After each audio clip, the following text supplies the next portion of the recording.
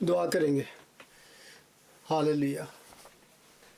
खुदावंद तेरा शुक्र, तेरी हम्द, तेरी तारीफ़ हो। यीशु के पाक और जलाली नाम में हम तेरा शुक्र करते हुए तेरी पाक हुज़ूरी में आते हैं। इस वक़्त को मैं खुदावंद तेरे हाथ में देता हूँ। जितना वक्त भी खुदावंद हम तेरे साथ गुजारते हैं तेरे कलाम में, तो उसमें हमारी खूब रहनुमाई करना, ताकि हम तेरे ज़िंदा कलाम को ना सिर्फ पढ़ें, ना सिर्फ सुने, बल्कि उसको अपने अंदर लें, उस पर गौर करें और फिर अपनी ज़िंदगियों में उसको अप्लाई करें। और इन सब बातों में हमें तेरी ज़रूरत है खुदावंद। You guide us, you lead us and you give us wisdom and understanding. In Jesus name we pray, amen. आज हम गिनती की किताब उसका चैप्टर 10 देखेंगे। ये बहुत लंबा चैप्टर नहीं है, लेकिन वो किस तरह यानी कि खुदा उनको गाइड करता था, लेकर चलता था, प्रोटेक्ट करता था। अब अगर खुदा ने उनके साथ कम्युनिकेशन करनी है, उसके लिए खुदा ने क्या तरीका इख्तियार किया, क्योंकि कितने थे, मोर देन यानी कि 2 to 3 मिलियन लोग थे। तो वो उनके साथ खुदा ने कलाम करना था, उनको कोई ख़बर पहुंचानी थी, कोई मैसेज देना था, किसी चीज़ के लिए उनको ख़बरदार करना था। The how God created this system वहाँ पर, क्योंकि अब अभी ये फाइनल इंस्ट्रक्शन थी उनके कूच करने से पहले, डिपार्च करने से पहले। अभी चैप्टर 1 to 10 जो है ये उनकी तरबियत थी, ये उनके लिए तैयारी थी। अब नेक्स्ट चैप्टर में मतलब कि देखेंगे कि टोटली चेंज हो जाएगा। Chapter 1 to chapter 10 and chapter 11 to chapter 25, then 26 to end. 3 हिस्से हैं इसके। Organisation, disorganisation, then reorganisation. पहले उसने उनको मुनज़्ज़म किया, तरतीब दिया, फिर क्या हुआ, बदनज़मी फैल गई। फिर खुदा ने उसे जिसे कहने तंजीम नौ, फिर रीअरेंज किया। तो लेट्स रीड, मैं पढ़ता हूँ, गौर करें बस। मैं इसकी चंद आयतें पढ़ूँगा, नंबर चैप्टर 10 और वर्स 10 तक। और खुदावन ने मूसा से कहा, अपने लिए चांदी के 2 नरसिंगे बनवा, वो दोनों गुड़ के बनाए जाएं।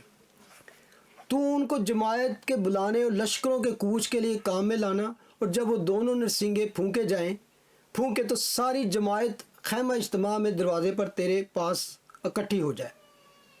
और अगर एक ही फूंके तो वो रईस जो हज़ारों इसराइलियों के सरदार हैं तेरे पास जमा हो। जब तुम सांस बांध कर फूंको, ज़ोर से फूंको, तो वो लश्कर जो मशरक़ की तरफ है कूच करें। जब तुम दोबारा सांस बांध कर ज़ोर से फूंको, तो उन लश्करों का जो जनूब की तरफ है कूच हो।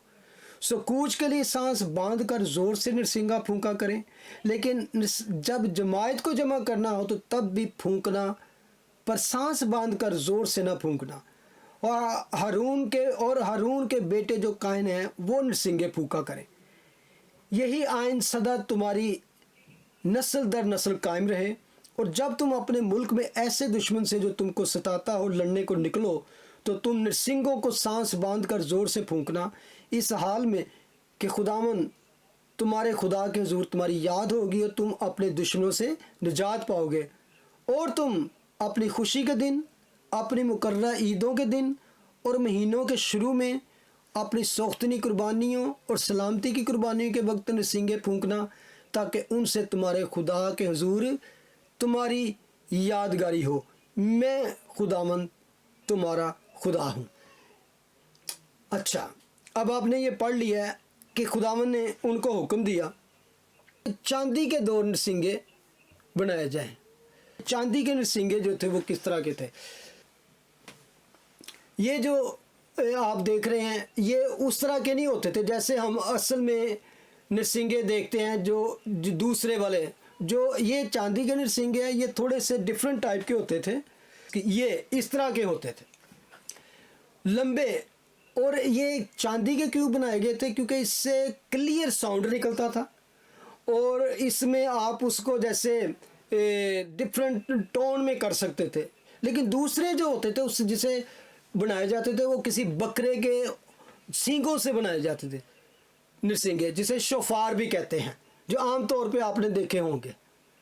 वो डिफरेंट थे। लेकिन ये जो थे, ये वाले जो है, ये बकरे के सींग से बनाए जाते थे, बकरों के सींग से। इसे भी नरसिंगे फूंकना ही कहा जाता है, लेकिन इसको शोफार भी हिब्रू में कहा जाता है। तो ये दोनों खुदावन ने इनको कहा बनाने के लिए। और इसमें क्या ख़ास बात थी कि इसका एक तरीक़ाकार खुदा ने दिया था कि अगर मैं इसको कूच करना हो तो उसमें सबसे पहले नरसिंगे तुमने फूंकने हैं। अगर तो जमायत को बुलाना है तो किस तरह, कितनी बार बजाने हैं। अगर सिर्फ सरदारों को बुलाना है तो कितनी दफ़ा। अगर सिर्फ जंग के लिए बुलाना है तो फिर किस तरह। तो फिर डिफरेंट जो उनका लश्कर था, आपको पता ना उनकी तरतीब थी। तो उन्होंने कहा कि पहले ये मशरक़ का, फिर उधर का, फिर इधर का, इस तरह करके वो कूच किया करे। ये था असल में उनको बुलाने का, उनसे कम्युनिकेशन करने का तरीक़ाकार कि किस तरह वो नरसिंगे फूंके जाएं और किस तरह वो जमायत इकट्ठी हो। अच्छा, अगर वर्स 9 पढ़ें तो उसमें लिखा है, और जब तुम अपने मुल्क में ऐसे दुश्मन से जो तुमको सताता हो लड़ने को निकलो तो तुम नरसिंगों को सांस बांधकर ज़ोर से फूंकने। ये इम्पोर्टेंट वर्स इसलिए है कि वो एवं नहीं जंग ते निकल पेंदे हैं, चलो यार इधरों काफिला आ रहा है, इन्हें लुट लो, वो फलाने कमज़ोर ने, इन्हें धावा बोल के लुट लो, इन्हें बंदे नूं मार दो तो औरतां नूं ते बच्चों नूं कैद करके लाओ। तो उन्होंने लिखा बड़ा क्लियर कि ऐसे दुश्मन से जो तुमको सताता हो। समझ गए? ये बड़ा इंपॉर्टेंट है कि कई दफ़ा लोग जो बाइबल में वॉर्स हैं, बैटल्स हैं, उनको लेके तो बाइबल के ऊपर बहुत सारे क्वेश्चन करते हैं, बाइबल में बहुत सारे इल्ज़ाम लगाते हैं। लेकिन जब हम उन बैटल्स में भी कभी जाएंगे यशवा की किताब में, तो उसमें भी हमें देखेंगे कि खुदा ने अगर उनको हुक्म दिया तो उसने ऐसे नहीं कहा, उसके पीछे ऑलवेज बेस्ट रीज़न होता था, ख़ास रीज़न होता था कि खुदा अगर कहता है कि औरतों को मार दो, जानवरों को मार दो, तो यहाँ पर भी खुदा ने इनको ऐसे नहीं कहा कि बस इनको जो दुश्मन तुमको सताता हो, ठीक है। और जिन सिंगों के बारे में आपको बता दिया, डिफरेंट इवेंट पर डिफरेंट रीज़न के लिए बजाए जाते थे। ये सिर्फ वो नहीं होते थे कि बस सिंगा बजा दिया, तो उसमें डिफरेंट रीज़न्स होते थे। जब जंग के लिए, जब जमायत के लिए, जब सरदारों के लिए और ईदों के लिए। और फिर आखिर में लिखा है वर्स 10 में, और तुम अपनी खुशी के दिन और अपनी मुकर्रर ईदों पर। यानी कि जंग जो खुशी का टाइम नहीं होता, लेकिन उस टाइम भी, जंग में भी और खुशी में भी, दोनों में ये चीज़ें बजाना है। और ईदों पर, मुकर्रर ईदों पर सलामती की कुर्बानी के वक्त उसको बजाना। और इस तरह क्या, जब नरसिंगे बजाने का मतलब है एक तरह से हम ऊंची आवाज़ में शोर करके खुदा की याद कर रहे हैं, खुदावन खुदा के ज़रूर तुम्हारी यादगारी हो, चिल्ला कर हम खुदा को बता रहे हैं। यानी कि आज हम खुशियाँ करते हैं, शादियाँ करते हैं, तो कई दफ़ा हम कहते हैं जी वो खुशी के मौके पे फलाना काम भी कर लो, फलाना काम भी कर, डीजे भी चला लो, ये वो। लेकिन मैं जितना भी बाइबल को पढ़ता हूँ, खुदावंद कहता है, जेम्स में पढ़े, जो अगर कोई खुश हो तो हमद के गीत गाए, वो तो कोई ग्रुप ना मंगा लवे, ठीक है। तो यहाँ भी लिखा है कि तुम अपनी खुशी के वक्त क्या करना। जरूरी नहीं कि साढ़े पर नरसिंगे ही हों, असी अज जेडे राइज साढ़े को म्यूजिक इंस्ट्रूमेंट ने, वो कहता है इस तरह खुदावन के हजूर तुम्हारी यादगार होगी, खुदा उस खुशी में भी तुम्हारे साथ शामिल। खुदा नहीं कहता कि तुसी नाचना नहीं, तुसी, यानी कि उसका भी तरीक़ाकार है। ये कि लेके ये नाचना चर्च वाला नाचना नहीं कि चर्च में आज लोग नाचना शुरू कर देते हैं, या ये नहीं कि तुम डांस नहीं कर सकते, लेकिन डांस के लिए ज़रूरी है कि वर्ल्डली गीत हमें चाहिए, हम उन पर ही ठुमके लगा सकते हैं। या किस तरह खुदा कहता है इस तरह तुम फूंकना, कैसे तुम खुशी पर भी ये करना, और क्या करना है, जंग में भी तुम करना। एंड पे ये आपको बार बार वर्डिंग मिलेगी, मैं खुदामंद तुम्हारा खुदा हूँ, या आएगा मैं खुदामंद हूँ। कोई हुक्म दे के, कोई आइन दे के, तो एंड पे बार बार आवेगा मैं खुदावंद हूँ। व्हाट इज़ दिस मैं खुदावंद, ये हाँ हमें पता है तू खुदावंद है, लेकिन जैसे ना मोर कर दे आई एम बॉस। अज की लैंग्वेज में कह रहे हैं, वो कहना ना आई एम बॉस, मैं जी गल कर रहे हैं because I am saying I am boss, जो मैं कहता डन, नो अदर चीज। और ये वर्ड आप टाइप करके देखें, आई एम गॉड, मैं खुदावंद हूँ तुम्हारा, फिर डाले तुम्हारा खुदा हूँ, अक्सर आएगा आई एम द लॉर्ड, मैं लॉर्ड हूँ। यानी कि खुदा इस तरह कहता है जिमें बॉस नहीं कहे, तुम ये सवाल नहीं कर सकते, ये you can't question, boss is always right. तो ये खुदावंद यहाँ पे हमें सिखाना चाह रहा है। और इसमें सिर्फ पता क्या है कि किस ऑर्डर में तुमने कूच करना है। और अमेजिंग है, इसको सुने चंद वर्ड से, वर्स 11, इसराइली खैमे उठाते हैं, दूसरे साल के दूसरे महीने की 20वीं तारीख को वो अबर शहादत के मस्कन पर से उठ गया, तब बनी इसराइल दश्त सीना से कूच करके निकले। That was the first time मिस्र से निकलने के बाद, उसके बाद 1 साल बाद दश्त सीना से निकले तो किस जगह, दश्त फरान में जाके ठहर गए। लेकिन आगे उसने सिर्फ ऑर्डर बताया है कि किस तरह वो निकले। लिखा है खुदावंद के उस हुक्म के मुताबिक जो उसने मूसा की मार्फत दिया था, उनका पहला कूच हुआ। अभी देखें, और सबसे पहले बनी यहूदा के लश्कर का झंडा रवाना हुआ और वो अपने दलों के मुताबिक चले। उनके लश्कर का सरदार अमीदाब का बेटा नसून, और अशकार के कबीले का नेतनियल, जबलून के कबीले का हलून इलियासब। अच्छा, सबसे पहले जो लश्कर कूच करता था वो था यहूदा का कबीला, और उसके साथ ये यानी कि 3-3 में उन्होंने सेट कर दिए थे ना, 4 साइड पे, चारों साइडों पे।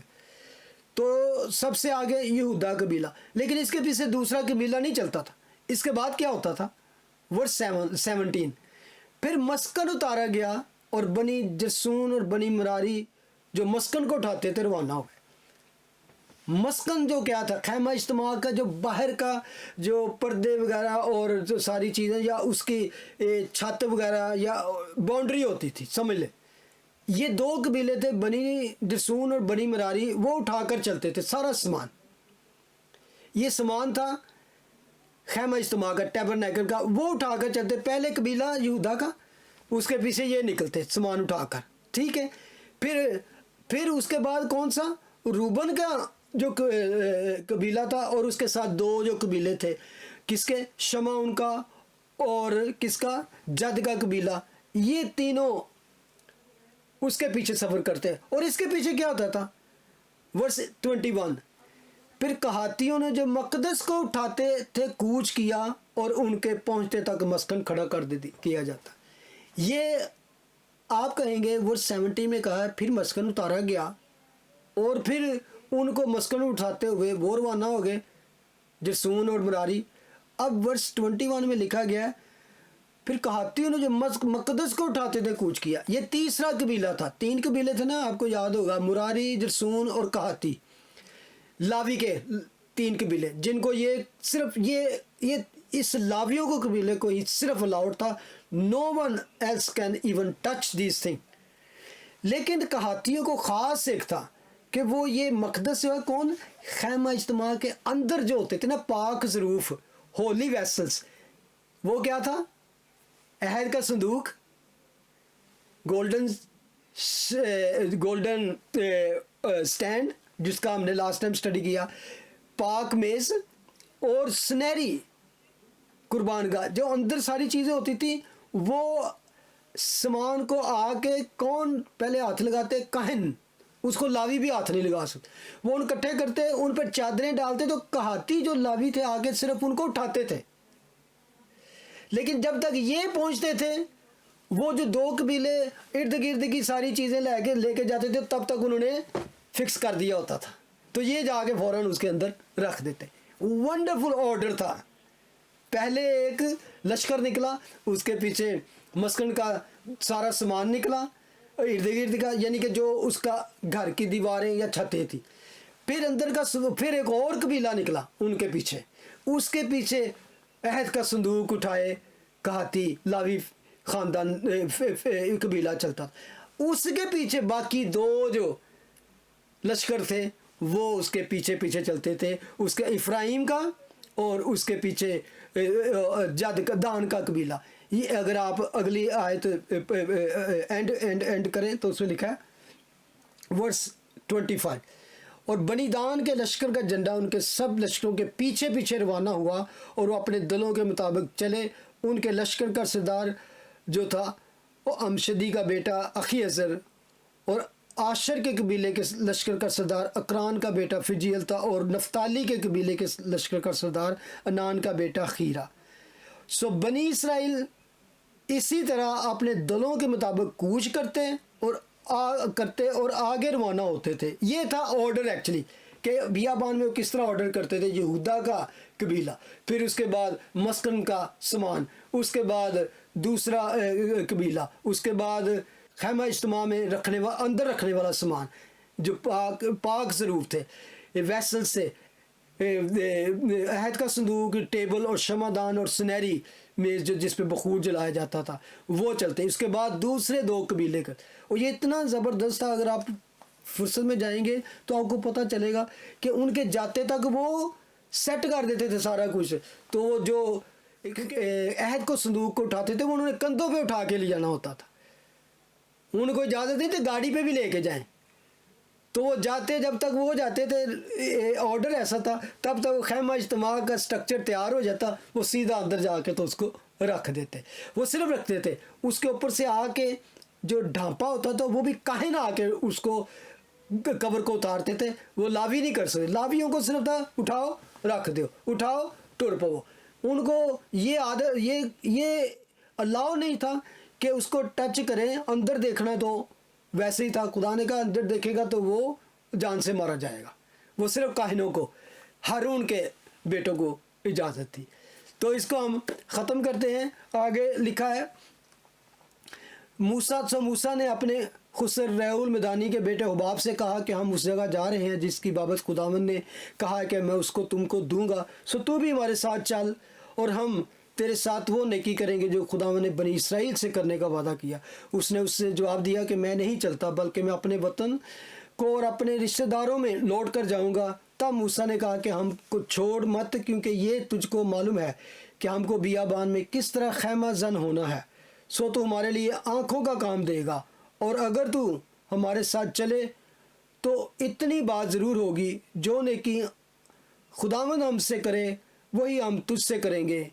फिर वो खुदावंद के पहाड़ से सफ़र करके 3 दिन की रात चले, और तीनों दिन के सफ़र में खुदावंद के अहद का संदूक उनके साथ उनके लिए आराम का तलाश करता हुआ उनके आगे आगे चलता रहा। और जब वो लश्करगाह से कूच करते थे तो खुदावंद का अब्र दिन भर उनके ऊपर छाया रहता था। और संदूक के कूच करते वक्त मूसा ये कहा करता था, उठ ए खुदावंद, तेरे दुश्मन परागंदा हो जाएं, और जो तुझसे कीना रखते हैं वो तेरे आगे से भागें। और जब वो ठहर जाता तो वो ये कहता था कि ए खुदावंद, हज़ारों हज़ार इसराइली में लौट कर आ जा। इस पैसेज को संडे को हम देखेंगे जो मैंने आखिर में पढ़ा है। तो इसके लिए कौन सा गीत तैयार होना चाहिए? तू हज़ारों हज़ार में लौट के आ, जो आखिरी आयत हमने पढ़ी है उसमें लिखा है। तो इसका फिर मैं बयान करूँगा कि किस तरह ये इट्स वेरी इंपॉर्टेंट। इस आखिरी हिस्से को खुदावंद ने चाहा तो हम संडे को इस पर गौर करेंगे, तो फिर आगे चलेंगे। तो मैं इसमें आखिर में यही कहना चाह रहा हूँ कि जैसे ऑर्डर के साथ वो खुदावंद चलते रहे और खुदावंद का अब्र उन पर छाया किए रहा।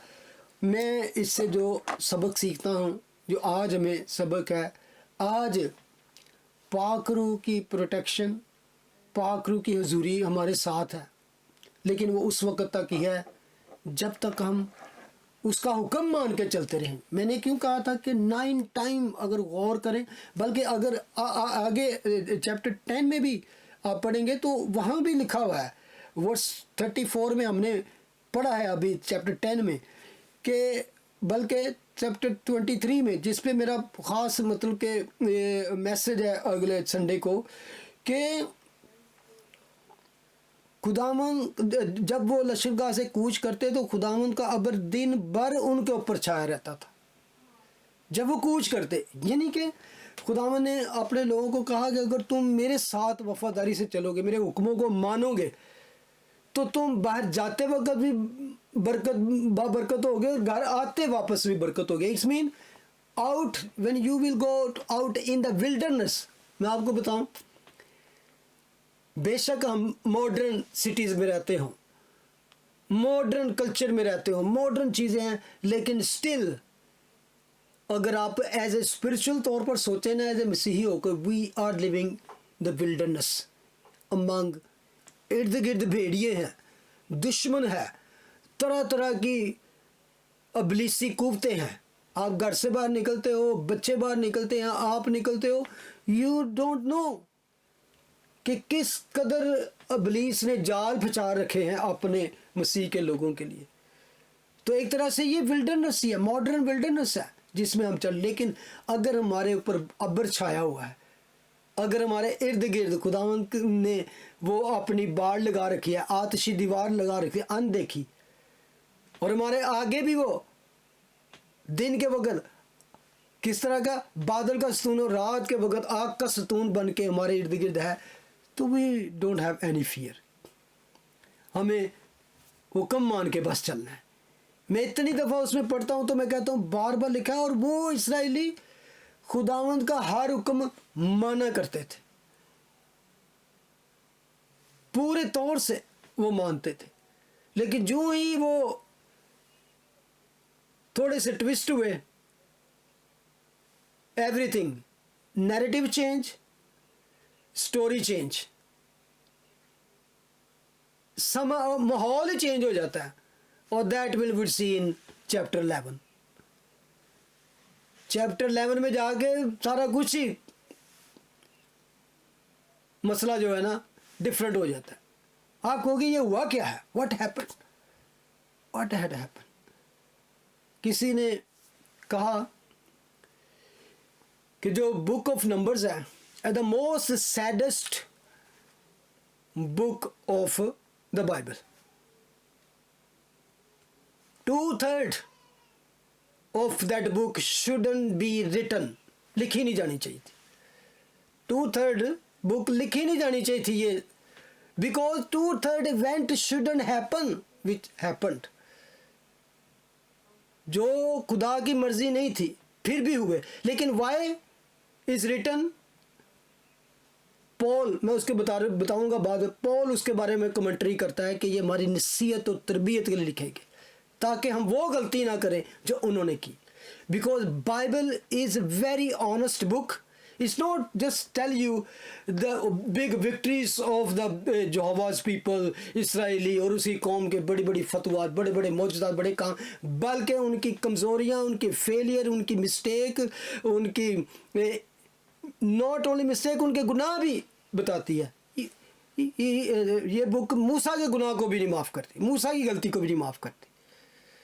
तो why is written, read first Corinthians 10 जाके, तो उसमें लिखा है वर्स 6 और 11 में, ताकि ये लिखी गई बातें, इन बातों, वो इस बात का, इन हालात का जिक्र करते हुए कहता है ताकि हम नसीहत पजीर हों, ताकि वो गलतियां ना करें जो उन्होंने की। That's why this book is need to be study. इसलिए बहुत ज़रूरी है कि ये किताब का पढ़ा जाना और इसको समझना, क्योंकि मूसा ने अगर गलतियां की, बड़े बड़े मौजूदात और जिंदा मिसालें दे के, you and me, who are you and me, do not made mistake. क्योंकि अगर हम स्टडी नहीं करेंगे तो वो कहते हैं ना, बात बनी है, हिस्ट्री रिपीट इटसेल्फ। हम भी उसी जाल में फंसेंगे, उसी चीज़ में फंसेंगे जिसमें ये फंस के तो खुदा के खिलाफ है। और पता है क्या हुआ, these old people above 20, खुदा ने कहा तुसी हुन विल्डरनेस जाना है, प्रॉमिस लैंड जाना है, you will die in this wilderness. वाह, इट्स दिस, इसलिए कहते हैं सैडेस्ट बुक है, लेकिन स्टडी करना इसलिए ज़रूरी है। व्हाट हैड हैपन, यहाँ पर लिखा है कि उन्होंने हर हुक्म को माना, हर हुक्म को। और ये मैं जब ये पैसेज ही पढ़ रहा था चैप्टर 9 का, तो आप दोबारा भी उसको ज़रूर पढ़ना प्लीज़। मैं आपसे रिक्वेस्ट करता हूँ, जहाँ पे वो आग का बादल 9:15 टू लेकर एंड तक अगेन एंड अगेन वो माना करते थे और उनके ऊपर प्रोटेक्शन थी, उनके ऊपर खुदा का फजल था, खुदा का अबर, जिसे हम अबर कहते हैं ना, आप उस कह सकते हैं खुदा का फजल था उनका। आमीन। Let's pray. खुदा बाप तेरे बेटे यीशु के नाम में हम तेरा शुक्र, तेरी हमद और तेरी तारीफ़ करते हैं, क्योंकि तू अकेला ही हम दो तारीफ़ और इज़्ज़त और जलाल के लायक है। खुदा मैं तेरा शुक्र अदा करता हूँ तेरे ज़िंदा कलाम के लिए, तेरी ज़िंदा बातों के लिए और खुदावंद ज़िंदा गवाहियों के लिए। द टैबरनेकल ऑफ टेस्टमनी, शहादत के संदूक, जहाँ से तू अपने लोगों के साथ हम कलाम होता था खुदावंद। इन सारी बातों से हमने जो कुछ सीखा है खुदावंद, कि जो तू वही खुदा है जो हज़ारों साल पहले उस बियाबान में भी, उस विल्डरनेस में अपने लोगों के साथ इस कदर उनको प्यार करता था कि उनको ठाए ठाए फिरता था खुदावंद। उनकी हर ज़रूरत में, उनकी हर तंगी तकलीफ़ में तो उनके साथ था खुदावंद। तो उन पर अब्बर करके छाया रहता था खुदावंद, तो उनके साथ साथ चलता था, तो उनके आगे आगे कूच करता था खुदावंद, तो उनके लिए रामगाह तलाश करता था, उनके लिए तू हर तरह की सहूलत उनको मुहैया करता था। आज भी तूने पाक रूह के वसीले से हमको ये बरकत बख्श रखी है। बख्श दे खुदावंद कि हम उसी तरह, जिस तरह अभी हमने पढ़ा कि वो खुदावंद के हुक्म के मुताबिक चलते थे और उसको माना करते थे, हमें भी ऐसा ही फजल अता कर कि हम इन जब बड़ी बड़ी गवाहियों को पढ़ते हैं, बड़ी बड़ी चीज़ों को, बेशक ट्रेजिडी को भी पढ़ते हैं, लेकिन वो हमारी नसीहत और तरबियत का बायस बने, ताकि हम वो ख़ता, वो गलती, वो गुनाह न करें जिस को करने से वो वहाँ पर ढेर हो गए, मर गए, ताकि हम जिंदा रहें और तेरे साथ जलाल में दाखिल हो। ब्लेस योर चिल्ड्रन, इन तमाम अजीज़ों के लिए जो इस वक्त हमारे साथ हैं, जो जिन्होंने अपना वक्त निकाल कर, अपना टाइम निकाल कर अपनी उस चाहत के लिए जो तेरे लिए रखते हैं यहाँ पर मौजूद हुए और आज की कलाम को सुना। हम सब की ज़िंदगी में ये 60 गुना और 100 गुना फल है। Bless your children in Jesus name we pray, आमीन। God bless you, have a wonderful week ahead and see you soon.